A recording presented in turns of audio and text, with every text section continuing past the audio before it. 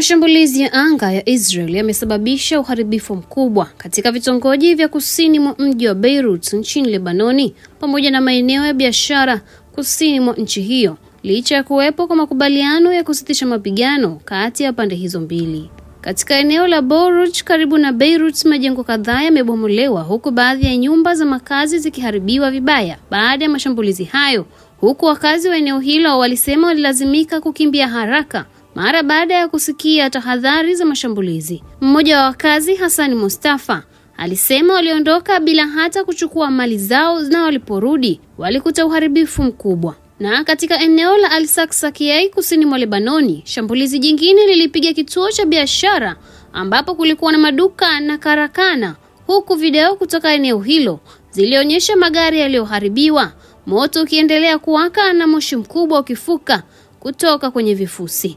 Mashuhuda walisema watu kadhaa waliokuwa wakipita karibu na eneo hilo walipoteza maisha baada ya mashambulizi kuanza. Mmoja wa mashuhuda, Yose Yunus, alisema kwanza alisikia ndege isiyo na rubani ikirusha kombora kabla ya mashambulizi makubwa kuanza muda mfupi baadaye.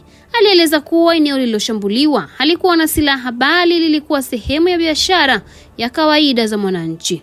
Waziri Mkuu wa Israel Benjamin Netanyahu alisema yeye binafsi aliridhia mashambulizi la Beirut, akidai lilimlenga kamanda wa kikosi maalum cha Hezbollah kinachojulikana kama Redouane Force. Mashambulizi hayo yameongeza mvutano mpya kati ya Israel na Lebanoni, wakati ambapo kulikuwa na matumaini ya amani kufuatia makubaliano ya kusitisha mapigano yaliyoungwa mkono na Marekani.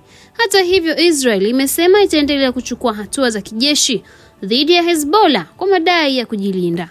Na tangu kuongezeka kwa mapigano katika eneo la Mashariki ya Kati mwishoni mwa mwezi Februari, mashambulizi ya Israel nchini Lebanoni yameripotiwa kuua zaidi ya watu 2700 huku maelfu wengine wakijeruhiwa. Mimi ni Amina Kanyinyi wa Dau TV.